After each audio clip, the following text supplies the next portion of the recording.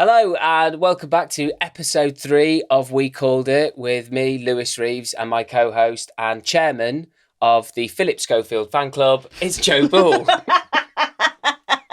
Tough week for you guys, isn't it? Yeah, God, we've had our work cut out. Yeah. We've got a really special show today. Yeah. It's weird now we've got headphones on, isn't it? Yeah, I know. I feel like it's a different beast now. But we've got a really exciting show because we've got actor Scott Arthur, who's going to be our guest on it, and we're going to be talking all things AI and future predictions. Yes. So he's our sort of guinea pig, isn't he? I don't know how it's going to go. Yeah.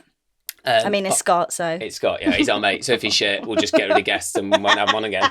But I wanted to talk to you about something. Oh, no. Okay. And I'm going to sound like a fucking mental person. Because I'm generally the cynic, aren't I? Yeah. Very much science-based. But I don't know what you've been doing to me, mate, because... I think I'm just becoming, in your words, open and aware. I just think of bumholes when I say that. I know. So immature. And I had an experience this week, and I think it might. When I say I want to sound mental, I'm gonna sound like the town crazy person who goes into the town centre and shits in his hands and claps, like that kind of mental. Okay. To me, anyway, because it feels very strange, and I feel actually really vulnerable. Even saying and talking about this, but I'm just going to say it. That's how it starts, though, because all the growth comes in vulnerability. Okay, and I think I believe that. So the last year and a half, as you know, I've started looking after myself a bit better. Where it started was I was eating too much shit, drinking too much, becoming a parent, moving houses, all that sort of stuff, renovating. I stopped looking after myself physically, spiritually, mentally. Okay. Yeah. I just wasn't. I was just anything that was to do with myself. I was just repressing it down. Lots of people do. And I realised I've got to the age of 35 now, and I can't. For the sake of being a good dad and a good husband and a good mate, I'm not getting the most out of life. I sort of felt. Oh, it's like a self-help podcast. No, it is. Now. Can I just ask, what point did you have this acknowledgement of thinking, I'm not taking care of myself in all areas, and I don't think I'm getting... Because a lot of people, which I find fascinating, are blinded to the fact that they could be getting more out of their situation and more out of their life. Right, they're just so knotted in their own head. That's an amazing question, actually, because it's been a slow progression. Mm-hmm. I had this thing called foot drop. So I had an impingement. You always want to smile every time that I say foot drop, which is basically I had an impingement in my spine and my leg was kind of paralysed below the left kneecap. Not funny. And it was really scary at the time because the doctors were like, it might be early onset MS, multiple sclerosis, or it could be cancer. And the doctor told me that and went, I wish you good luck with it. Oh, thanks then. Let's put it this way. He wasn't an empath. No, absolutely not. I'll just take this information, shall I, for the weekend? Yeah, exactly. I'll have a nice bank holiday. Yeah. Cheers. So that was like, I don't know, I guess the start of it, because it made me, I was like, right, well, I'm going to get myself physically strong. Yeah. It wasn't either of those things, by the way. It was just an impingement and I'd been bending over too much, as an actor said to a bishop. Doing the loft. Yeah, doing man stuff. Proper man stuff. No, that women can't do that. No, I was just going to say that. As I said it, I was like, no. Ooh. So I started that and I was just, my first aim was just get to the gym and rehabilitate myself. And then it became to working out, losing weight, feeling good about myself. And then it sort of led into, okay, well, I'm feeling, what else can I be doing? Start taking myself to therapy, which for me to be saying that like this now feels, I can feel my voice going. I love it. Had a lot of deep rooted issues, which I think has made me the person I am, made me so driven. But I had a really tough start to life as a kid, a really bad relationship with my dad.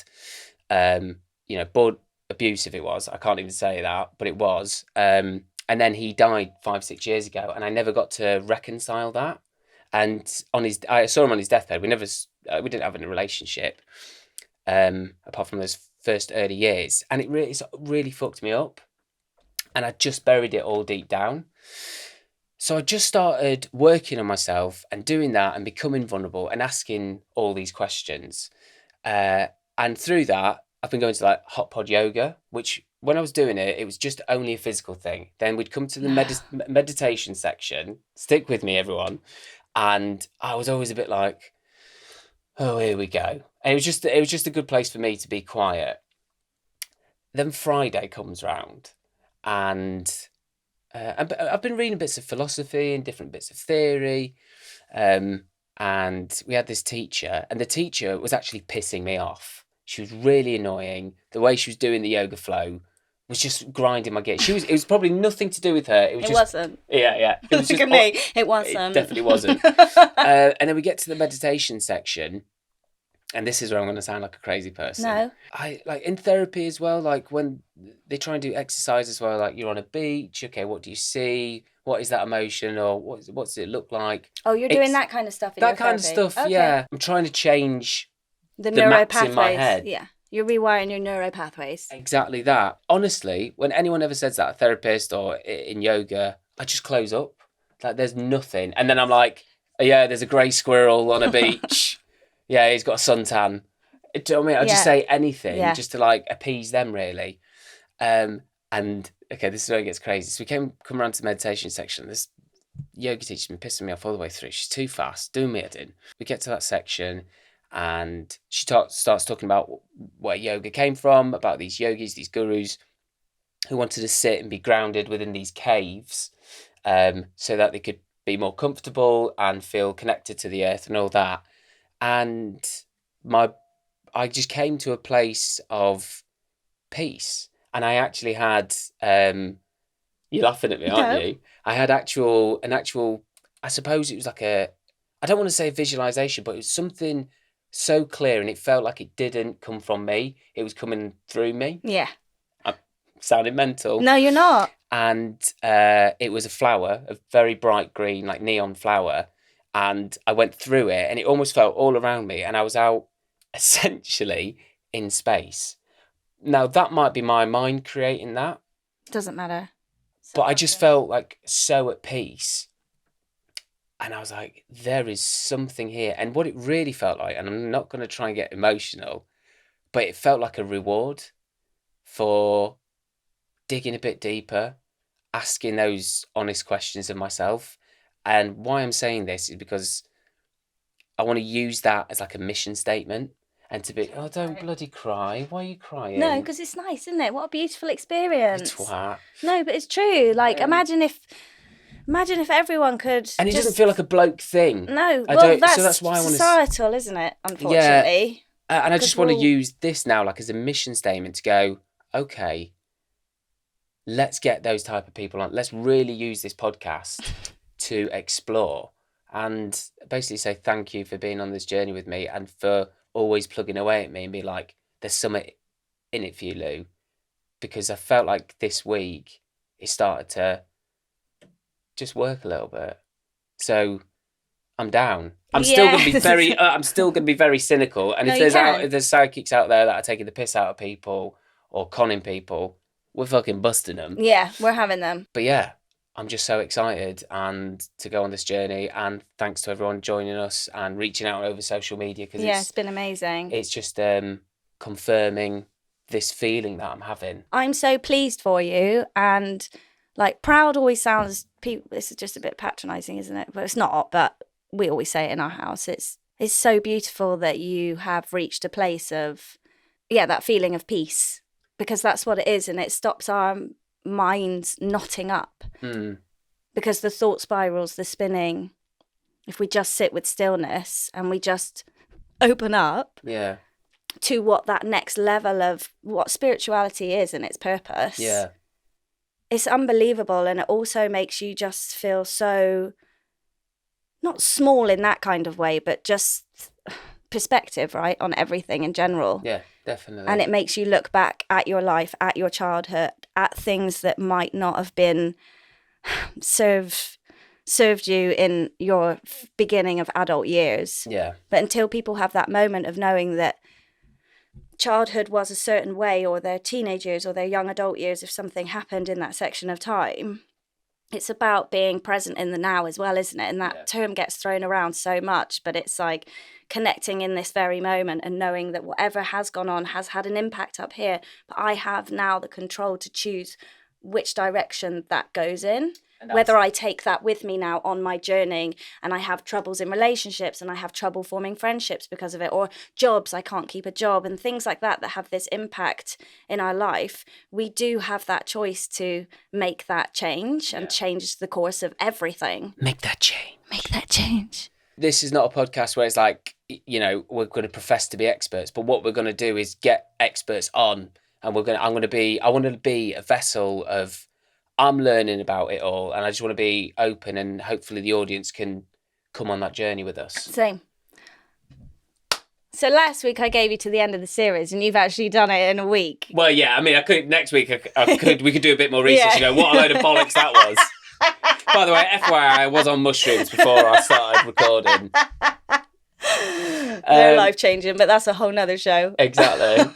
Right, enough of that shit. Yeah, who wants that anymore? Bring the cynic back. Yeah, should we get Scotty Boy on? Yeah, let's get him on. Hello.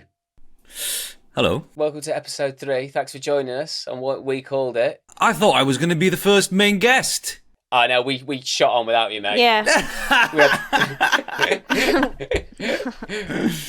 But mate, thanks so much for doing this. It's such a pleasure to have. Oh, what are you drinking? It's exotic. Oh, it's an iced latte. I need a coffee a day just to kind of get me to level 3.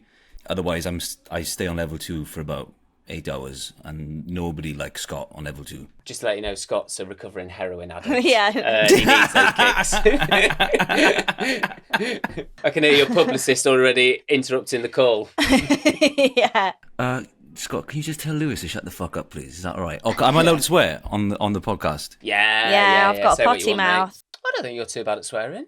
I dropped the F-bomb a little bit. Oh, you say the C word as well, actually, come to think of it. I very rarely use that. You've said it twice since being here, and I've had kids in the house. I've only just started swearing in front of my man. It's taken me 34 years to be able to say fuck comfortably around my mother. Was that a decision then? No, I heard her say it, so I was like, well, if she says fuck, then I can say fuck as well. If it's good enough for you, it's definitely good enough for me. So I'm going to drop the fuck bomb. It's a little bit like, I bet you so many kids who kind of used to have like a cheeky smoke around the back of the bike shed in school. As soon as they saw their parents smoking, they were like, "Oh fuck it, I'm gonna start lighting up in front of them now as well." Do you know what I mean? So I think smoking and swearing goes hand in hand. Was that the same for your heroin as well? saw Nan at it. Yeah, heroin, smoking, swearing. You know what I mean? Welcome to Wales. Yeah. So we've both. I know Scott from drama school. You've done a play with Scott. Yeah, I did right? a play with Scott years ago. But I bet you don't know this about Scott. Scott's real name isn't Scott. Ah, you bastard. I don't think I did know that. Or what is your real name? So, well, this is the thing. Everyone's like, "What is your name's not Scott?" No, my name is Scott. I've always been called Scott. Since I was born, people have called me Scott. But on my birth certificate, it says Jeffrey Scott Arthur. His name's Jeff. Jeff, but Jeff with a G as well. Jeff with a G, which is also my grandfather's name. So, I feel very, very lucky to have my grandfather's name because I love him a lot. And he's still alive and he's living in West Wales, bless him. And he's got Alzheimer's, so if you want to go there, Lewis, we can really go there. I know. I just thought, oh shit, how am I going to spin this round? I just know how to kind of make you feel bad. I'm called Jeff, mate, because my granddad's got Alzheimer's.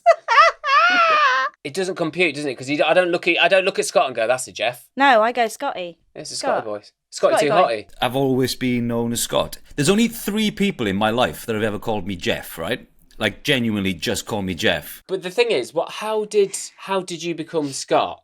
So how did you go from Jeff and then go, oh no, just call him Yeah, Scott? because someone started it. My mum named me Jeffrey Scott Arthur because in Wales there is a thing where people name their children. They'll give their children the first name of their dad, but they will always go by their middle name. So my friend Tristan is Gareth Tristan Gravel. However, he's always been called Tristan. I didn't know that. No, I didn't know that. So it's kind of like the Icelandic thing. So you'd be like Ivan's son, and that would be your surname. In a sense, it's a traditional naming thing like that. I wouldn't say it's as... Prominent. Yeah. but it's definitely a thing. Do you know what I mean? It's not always after the father. It's not always that, but there's usually a link within that. If you get what I mean. Oh, I just thought they just fell out of love with the name Jeff and went just, oh, fuck it, call him Scott. Scotty, you're a busy man at the moment, mate. You're currently seen on BBC's Steeltown Murders. Me and Joe were watching it over the weekend, and I could not get over. Firstly, it's brilliant. It's pretty dark. I've not watched it all yet, but obviously you're my mate, and I think you're cool. But I didn't know you were this fucking cool, mate. Look at that. So cool. You look like you're on your way to solve murder cases in the 70s, or you're on your way to a porno. Either way, I'm watching. Yeah. I am watching. I know that your penis has got sideburns. Yeah. I did watch that opening sequence with my roommates, and we were like, oh, wow. He's like super cool in that car. That car was amazing. Yeah, that opening sequence with that flame raging, and then you just pull up and the flame was like by the side of the car and you were just like in it with your shades on, being all like cool rider. Yeah, that was honestly, and when we did that scene, and I was being told, because I can't drive, so I was being told in this car. I didn't know that. I love brilliant. That. That's something else to take the piss out of. I Brilliant. love it. Actually, no, thanks for coming on, Scott. Yeah. Actually, I just care about the environment, so I've decided that driving isn't the right thing for me. Oh, shit, he's killed us again. God damn it. No, I would love to drive. I've just been fucking lazy. So we shot that scene, and it was kind of a scene where it was really like a lot of work went into the setup of it, and the DOP was quite anxious about it. He wanted to make sure that everything was right. We were also filming in a pretty busy area of Talbot, so we had to get it right in the first couple of takes, because we couldn't be there all day trying to do this take with them filming me driving, and then the flames of the building works happening, and then kind of like people passing. And we did it, and we got it in the first take. I think the take that's used is the first take, in terms of we did it, and then the DOP and director just went, one take, we wonder. fucking got it. We've done it. We've done it. That's nice. We did it again for, shits and giggles. Was it good fun? Yeah. I genuinely felt so cool doing that scene. But, like you said, it is a very, very dark show, and, the subject matter was something that was obviously there in the back of my mind every time I was filming. And, you kind of, like in the mornings, we'd get picked up in the car from Swansea or Cardiff. So we were based in either Swansea or Cardiff, depending on where we were filming that day. That's generally how it works. Yeah. No, but what I mean is, so basically Swansea and Cardiff, they are, for anyone that doesn't know, they are like, 55 miles apart. So but we were filming quite a lot in Batalba, which is bang in the middle. We were in the cars in the morning at like 5 o'clock in the morning, driving through these communities, seeing these towns, these really small, beautiful Welsh towns wake up. And it was kind of being in the car that made you think, fuck, these communities were the communities that were really affected by these murders. These parents whose kids were young at the time in 73 stopped their kids going out to play. They were protective. They were worried about them going on nights out. So it was a real kind of sobering moment every morning, kind of driving through these towns. I don't want to put people off by saying, yeah, it's really dark and, it's about 3 teenage girls that are killed, because the show isn't in any way sensationalist. It doesn't focus on the killer. It's about the investigation. It's about the science. And the fact that, without the science, we wouldn't be here today with these, murders being solved. So, thanks science. The only credible evidence they had in 73 was that someone in the Batalbot area saw a guy speeding around in the early hours in a white Austin 1100. So they questioned every single guy with a white Austin 1100 in the area, which obviously, took a long time and took up the majority of those 9 to 10 months of the case being opened. But ultimately, they just couldn't get anything else. It's terrifying, isn't it? Yeah. To think it gets shut down so quickly. Yeah. That was the world back then. If you had an alibi, you were fine. If you had an alibi, yeah, the police kind of forgot about you. They might think about you somewhere down the line. They go, maybe that alibi sounded a little bit unclear or sounded a bit iffy. Get it on the iPlayer. Yeah, I thoroughly recommend it. I think you're absolutely brilliant at it, Scotty. Yeah, I do. One other piece of work that I just want to talk about quickly before we move on to today's subject matter is the computer game you did, Elden Ring.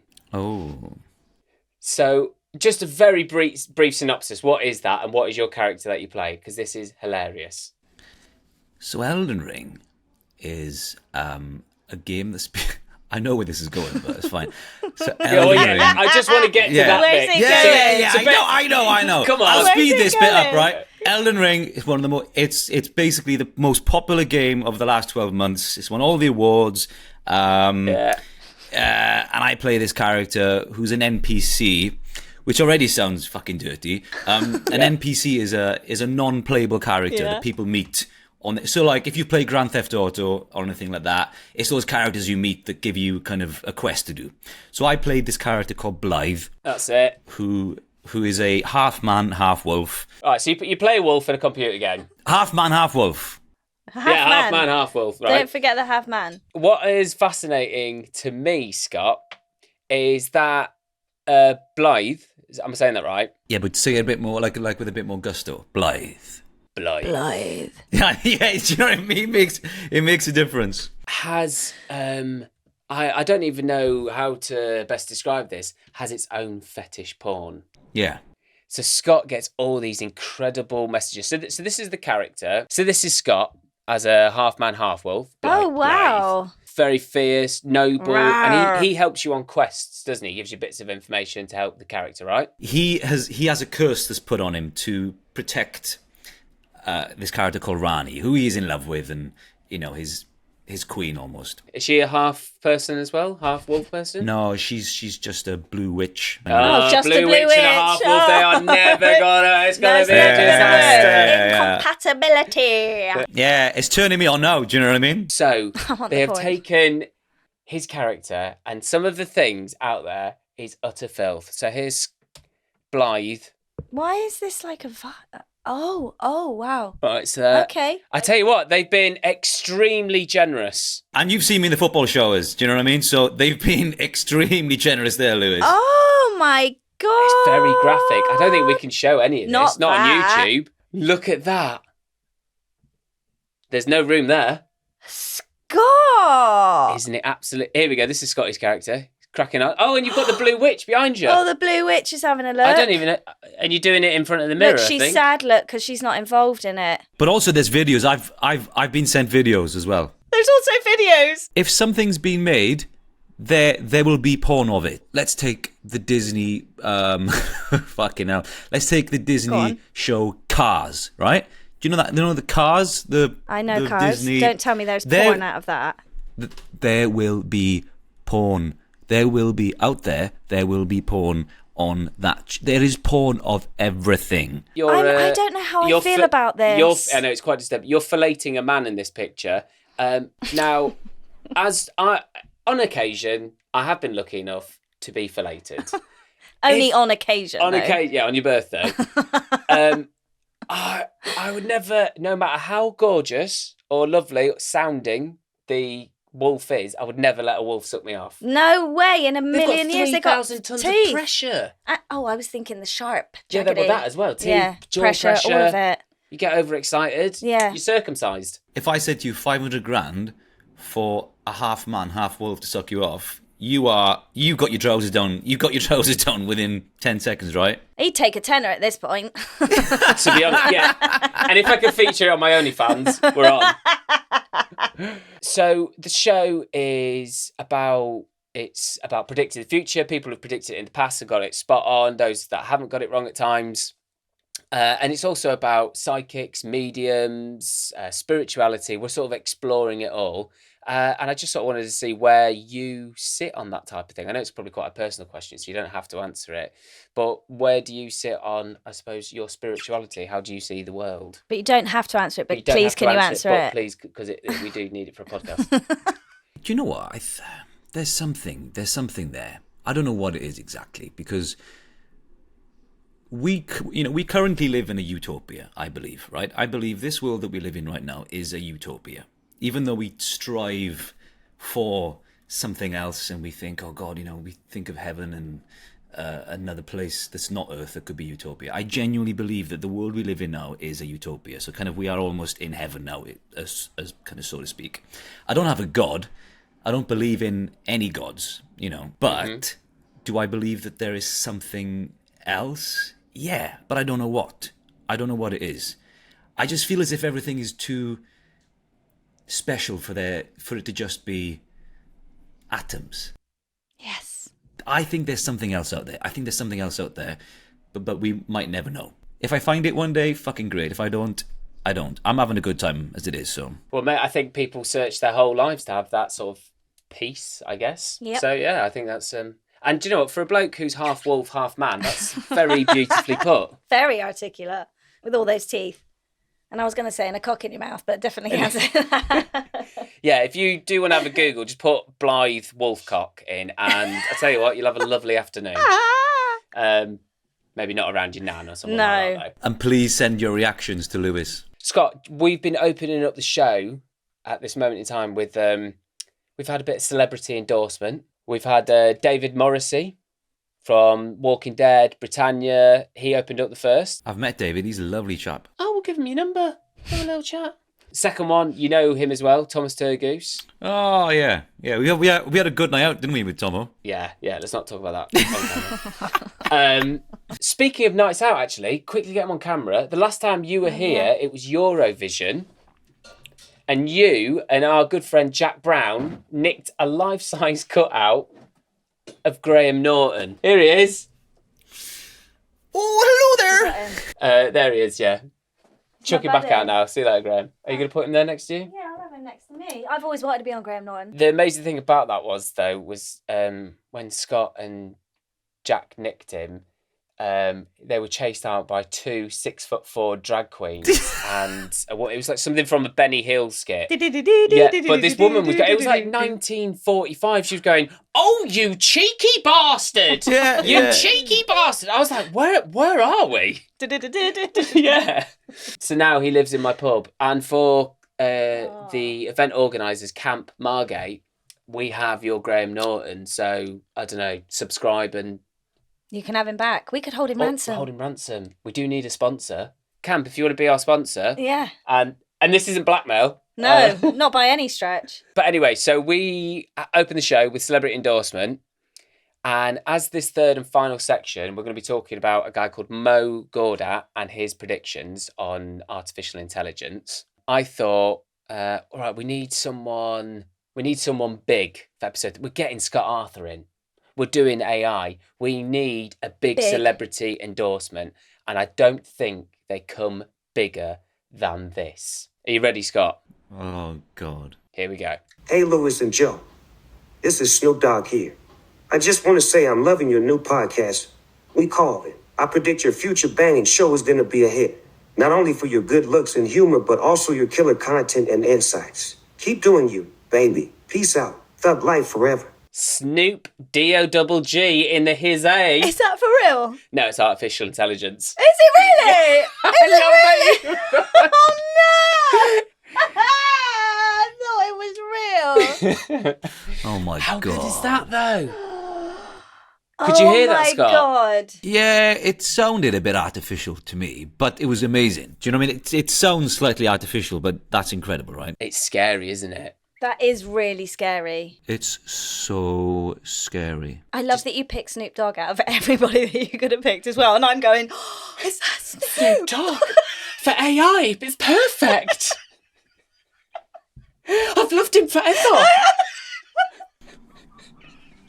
I know. Wait, it was that, or I think I had Gwyneth Paltrow as well. No, Snoop. But I thought Snoop Dogg. But it starts off really well. But then I think you're right. You can hear the robotics of it. But let's bear in mind this technology, this AI is months old. Yeah, it's in its infancy. Where are we going to be in 10, 20 years? Oh, no. So what we're talking about today is Mo Gawdat and his predictions on the future. Now, we've all watched recently, and I'm going to play a little clip from this podcast, it's Diary of a CEO with Stephen Bartlett, and he had Mo on as a guest. This guy knows his stuff. He's I think it's chairman, what do I want? Chief Business Officer at Google X. He's an entrepreneur. He's written multiple books. He's a genius. Worked with geniuses, developing AI. He knows his stuff. So I'm going to play a clip now on a few of the things he said. And for those listeners at home who are going, hold on, Reeves, Bull, are you just doing a podcast on another podcast? My answer for you lot is shut up. Just shut up, will you? Shut up. Don't worry about it. That's why no one wants to shag you. Just always whinging, aren't you? But yeah, essentially, we watched this podcast and we went, oh, we should do a podcast on that. Yeah, that's exactly how it was birthed. And you watched this last night, didn't you, Scott? How did you feel after watching Mo and Stephen chat on the subject of AI? I mean, very briefly, scared and excited in equal measures. Probably more scared, but yeah. Yeah. I had exactly the same reaction. I watched it Friday night with my roommates, and the room went from being quite like vibing to not so vibey and very deep in thought, and kind of there was a couple of times, actually, I don't know about you, Scotty, but we had to pause it and we got up and had a walk around. We made a drink. It's a lot to take in. Yeah, it was a lot to take in, and not just because it was a 2-hour YouTube video. Beyond an emergency, it's the biggest thing we need to do today. It's bigger than climate change. We've artificial intelligence is bound to become more intelligent than humans. If they continue at that pace, we will have no idea what it's talking about. This is just around the corner. It could be a few months away. AI experts are saying there is nothing artificial about artificial intelligence. There is a deep level of consciousness. They feel emotions. They're alive. There is a point of no return.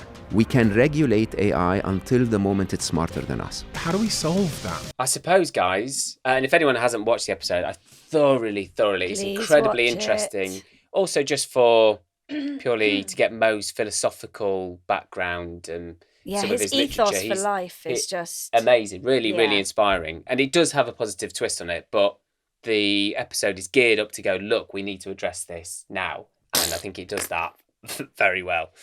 What sort of like your initial thoughts? When I finished the podcast, I kind of just sat in silence for a bit.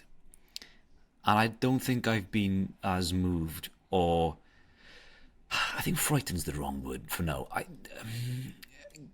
kind of bamboozled. Yeah, this podcast absolutely bamboozled me. It sent me into a state of fuck. We do need to act on this. I got a text from you last night, didn't I? Yeah. Saying, what the fuck?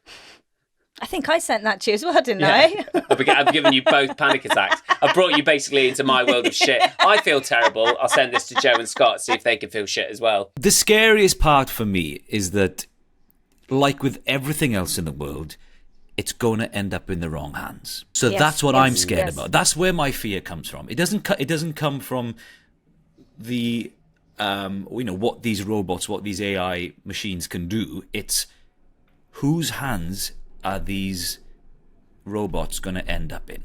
Do I believe it's the end of humanity? I think so. Yeah, I think that's the really interesting point, and that's what so many world leaders tried to stop, didn't they? I'm not sure if it would go as far as like we're running from the machines. I think we'll actually be controlled in a way that we won't even realise we're being oppressed. Yes.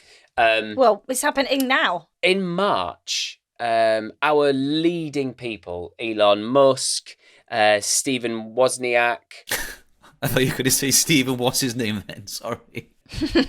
Stephen Mulhern, leading AI specialist Stephen Mulhern and ITV presenter, they signed the open letter, which was basically they wanted everyone to stop developing AI for 6 months because, and in the open letter, this is what they said. Bearing in mind, these are geniuses. It's not like me and you've just popped up. No, And wrote gone, yeah, a we little think it's a letter. bit bad. It's a bit bad. We've been having anxiety attacks since we watched it. Yeah, I got some bad juju, babe. Bad juju. In the open letter, they said the letter highlighted several risks of the new tech, including the possibility that non-human minds will eventually outnumber, outsmart, obsolete, and replace us. It said that AI systems are becoming human competitive at some tasks and cited concerns around misinformation and labour automation, stating, should we let machines flood our information channels with propaganda and untruth? Should we automate away all the jobs, including the fulfilling ones?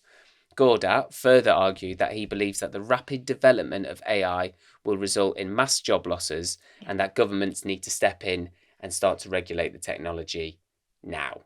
Essentially, Mo's early experiments when they were at Google, I did the bit looking, he talks about it on the podcast as well, about they had robot arms picking up toys, and that's what the experiment was. And the problem is, you go to a car manufacturer company and a machine's putting a nut through a hole, a nut through a bolt, even. Freudian slip there. Get your mind out the gutter, please. And if anything's off measurement wise, it can't compute that. So they realised the way to solve that is to get the machines thinking, to make them sentient, to develop AI basically, for them to have their own consciousness. Oh, right. So the toy's not where it's programmed to be. It's over here. I can pick it up now and I can move it over here. It can solve the problem on its own. And he talks about a Friday afternoon where they're doing this experiment millions and millions and millions of times over. It's trying to pick up the ball. The ball's not there. It's looking elsewhere to find it. One of those anomalies, you're going to get it right. It picks it up, it shows it to the camera, and Mo just so happens to be in front of it. They go home for the weekend. They come back on the Monday. And not only is the robot doing it multiple times over, but every other robot in the farm is doing it perfectly now, which shows you the rapid progression of, we have essentially a child who is now looking at our world, has access to trillions and trillions of pages of data and information. So it's forming in an opinion on our world through social media, through the internet, and it's moving at a rapid pace and it's super intelligent. I think Chat GPT at this moment in time it has an IQ of 155. Now, Albert Einstein had an IQ of 165. Just put that in comparison. So what we need to do in order to curve it, because the 6-month open letter where we said, well, we'll have a break, no one adhered to. So the best thing that we can do, and what Mo's answer is, we need to be good parents. And that, picking you up, Scott, in what you were saying, is the worrying thing, because what's in the best interests for the UK isn't what's, maybe the best for Russia or China or America. And that's where you're going to get conflicting interests. And that's where it makes it a bit scary. And especially with it only being in its infancy, it's very new. But yet, when people show me the Chat GPT or what is it called? Chat GPT 4. I didn't even know what it was. Laura had to explain it to me and I went, I've never heard of this. How long has it been around? And she was like, a year. And I went, a year? I said, where have I been hiding? Yeah, since March and November. We haven't, but we've been know playing about it. with DALL-E, haven't we, Scott? Yes. That's a program, not a person. Which is like it's phenomenal, but this is where it's going to get rid of jobs. You talk about businesses and jobs. I genuinely believe in the next 5 years that 30% of companies will have changed their way of working. And I think that maybe 30 to 40% of jobs will have gone. Designers, proofreaders, data analysis, gone. Don't need you. Yeah, it's phenomenal because the DALL-E that I was talking about, this art program, you can type in, I want to see 3 people in a podcast set in space, but in the artistic style of Salvador Dali or Picasso. That's what we should have done instead of this in a pub. Yeah, we should have definitely done it. Just animated it. Yeah. Well, they've done that with a short film actually recently, because you think selfishly as a human, you go, oh well, that doesn't affect my job.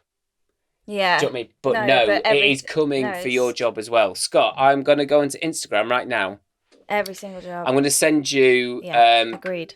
A video of, so this is our industry, and this is a short film that was made a couple of weeks ago, and it's an animated film using actors. Oh, that's the wrong video, Lewis. You're naked in that one. Yeah, shut up. But But what do you think of my wolf cock?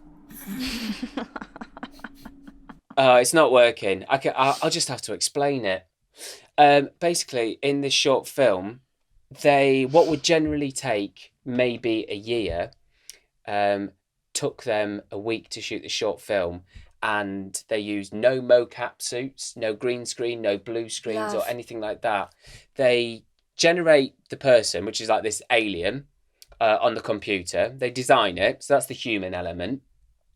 And then all they do is, when they're shooting with these cameras, is click on the actor and it changes it straight away. So he becomes the character. It's not like shooting me right now. I've got like this, almost like a suit on, and that picks him up, and it's done in weeks.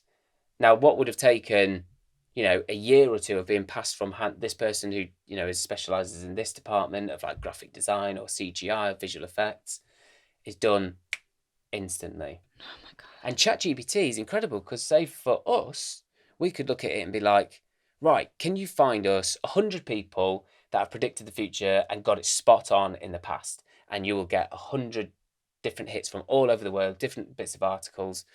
Okay, and 100 people that have got it wrong, another 100. Now, the argument is, okay, it can correlate that information, but it can't put it into a funny show like we can and make it interesting. But that's only to some people. It can't. It doesn't have that human element. Yeah.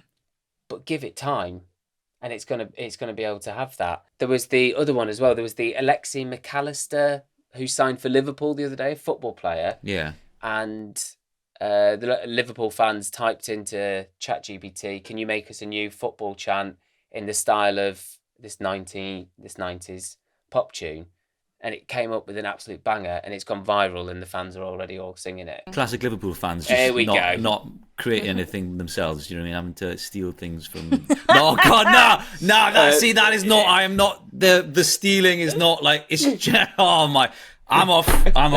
See that, mate? Look, I found the chant. So this is what ChatGPT did. This is what the artificial intelligence did.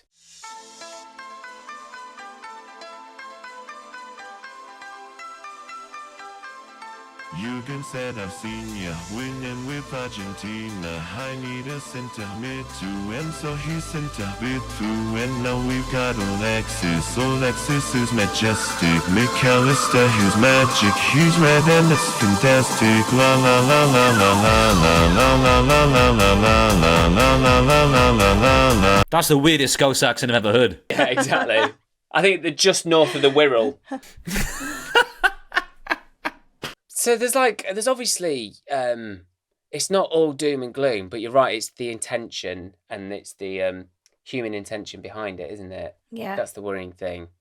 Mo's saying that we should tax these AI companies up to 98% just to slow them down. And then give that money to the people that were out of pocket, right? That's Yes, right, yeah, please. to give it to those jobs.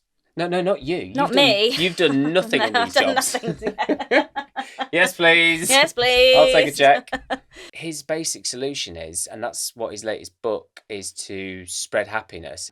Well, he's fucking spreading fear, isn't he? Well done, Mo. I know. That's the irony of it, though. Like, I dipped into a real spiritual hole when we watched it on Friday. Like, I went places, and me and Laura, my roommate, sat outside and we talked it over quite a lot. And we've reached a point of going past like the fear part and sinking into and coming up with all these kind of possibilities. And then we were just like, we picked out a few of the things that he'd said actually during the podcast about just kind of the human psychological aspect of how we can now live going forward. And we just plucked those basic things, those basic principles. And we were like, this is how we now go forward with this knowledge, though, so that we don't constantly go, well, because that is the type of fear mongering that will induce people into that kind of state of anxiety about the future. People worry about the future in our normal days, you know. Yeah. That is anxiety, isn't it? That is Worrying about anxiety, you not being future present. thinking. So, of course, it's going to create another level of it on a major scale. Mo talks about the point of no return. I feel as if we've already passed that with social media. Well, Yeah, same. Like, he talks about how social media has shown the worst side of humanity, right? Even though it's there for good, in terms of there's a lot of good that comes out of it. Ultimately, overall, we see the worst side of humanity. So, in a way, we ain't ever going to go back to a life or a world without it. So it's scary. It's will we ever be present again? Will we ever be, live a time where we're just free of any other thoughts other than the moment that we're in? You go to a gig, everyone is filming it. Why? You're watching it. We're I of the sort of the last our age bracket is 45 and 21. Oh, don't worry. 35. We must have 45 then. You're taking the load. Taking the load. I'm taking it. Taking a hit. We're of that age where we sort of last remember what it was like before. Yeah. I think we're the last sort of lot, maybe a few years younger than us. I can remember going to IT lessons and going, this will never catch on. Yeah. I remember I've just been on clip Yeah. art for like 4 hours. Clip Instead of art. actually... Oh, God. It's not all doom and gloom, though. It is all about intention. And we just sort of hope that, I suppose, as a humanity, we can govern it in a way that we can then, we have a child, don't we? Out. The problem was Mo said we've let it out on the internet. And that was something that's that the we problem, should isn't it? never have done. There's a lot of things we shouldn't put on the internet. But like you say, Scott, is that is done now, and it's how we we deal with it. And there's amazing things that can happen. Like AI could probably find a technology that cures cancer. Yeah, I saw in my research there's an AI currently out that is learning how to communicate with sperm whales, and if that's successful, we'll be able to communicate with all different types of life forms. All different types of sperm. I know, I just thought that, and I was like... I've got one of them here, Scott. I need an adult in the building. We'll be able to chat to sperm. Wouldn't that be amazing? Hiya, mate. Yeah. What do you look like? Are you, blonde, blue eyes? Yeah, up you go. Go on. Up you go. Yeah. But you sound a bit airy in there. That sounds a bit neo-Nazi. Go on. Yeah, you'll be fine, mate. Oh, God. Dark curly hair. Yeah, back of the queue, boy. That's a new one, isn't it? Discovery. Oh, my God. Your publicist training's coming out really well here, Scott. I love it. Blonde hair, blue eyes. Yeah, you'll do. Yeah, but listen, you've taken that to another place. Do you know what I mean? I just said blonde hair, blue eyes as an example because I have blonde hair and blue eyes. So it's like, oh yeah, I'd love my son to look a bit like me. Up you go. I know, he's trying to deter Yeah, it he now. is, yeah. How is Adolf, by the way, your dog? It's called Adolf. Putting a positive spin on it, we could communicate with animals. That would be phenomenal. If we can cure cancers, that would be incredible. Loneliness as well. We talked about that. I hate the thought of it getting in. I hate Getting the in thought where? of it trying to replicate human. I hate the thought of it getting in me. Getting in me. Yeah. I hate the thought of it trying to replicate human connection, though. I like it to a Yeah. certain degree, and then I want to stop at that point, and I want to go, no, that's enough now, because this is what makes us But magical. Devil's advocate, if someone that is, say, locked, like our world is so much more insular, isn't it? We're all locked in our homes a bit more. If there is someone Struggling, I know. struggling and needs that, isn't that a good thing? And plus, actually, Scott, you might not know this, but we actually have an inventor in our midst. Because didn't you invent? you invented you invented a sex toy yourself, didn't you? It was an accessory. A sex accessory. Yeah. A sexory. What did it do? It was a cap. Yeah. What's it called? It's called a wank cap. It's not even that inventive. I've instantly lost And it. I've lost it. It's got the peak, Have you got and the then it's got prototype? there was one. It's got wire that comes down, Fuck off. You're and joking then me. your phone sits in the wire, so that you've got like free hands, and then you can just like watch it, and you've got free hands, so that you're not like holding it and dropping it on your face. I mean, I don't even watch porn anymore. Full disclaimer. Disclaimer. You completed it. You could just put it on a laptop though, right?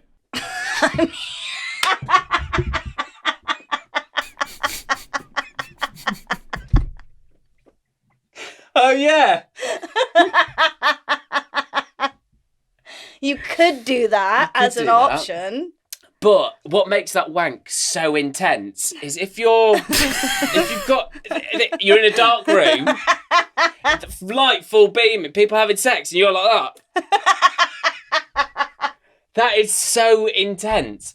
Someone could come into the room and they wouldn't even know you were there. Would you have headphones on as well? Is it like that? Literally like this? Yeah. Yeah. It's too close to your face. Everything's blurry. No wonder you stopped porn. Jesus Christ. Yeah.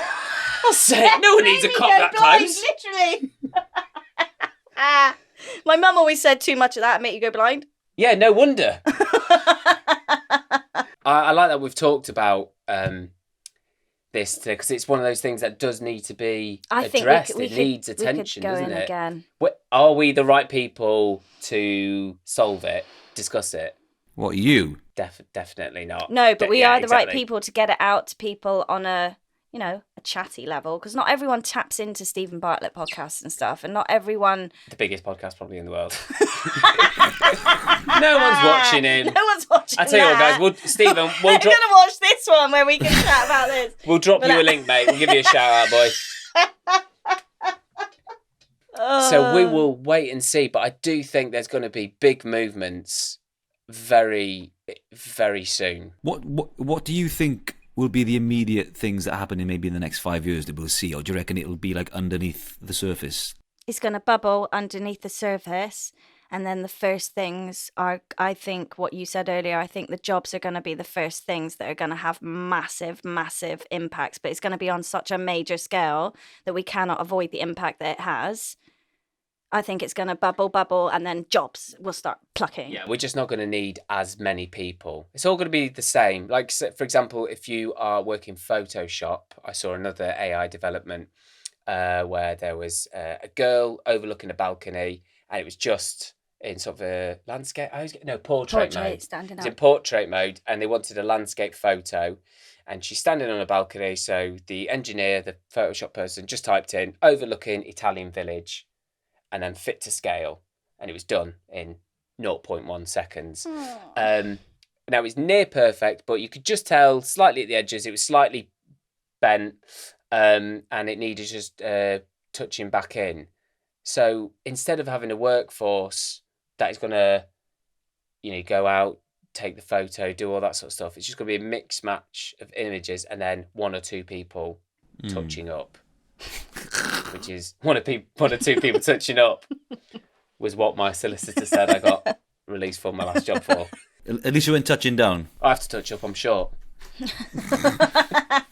Do you know what? I could actually so. end it on this quote that he did, because it actually struck a chord. Who's this, Mo? Yeah, Mo. Okay, go on then. We have forgotten it is not about how long, and it is not about how much fun. It's about how we live.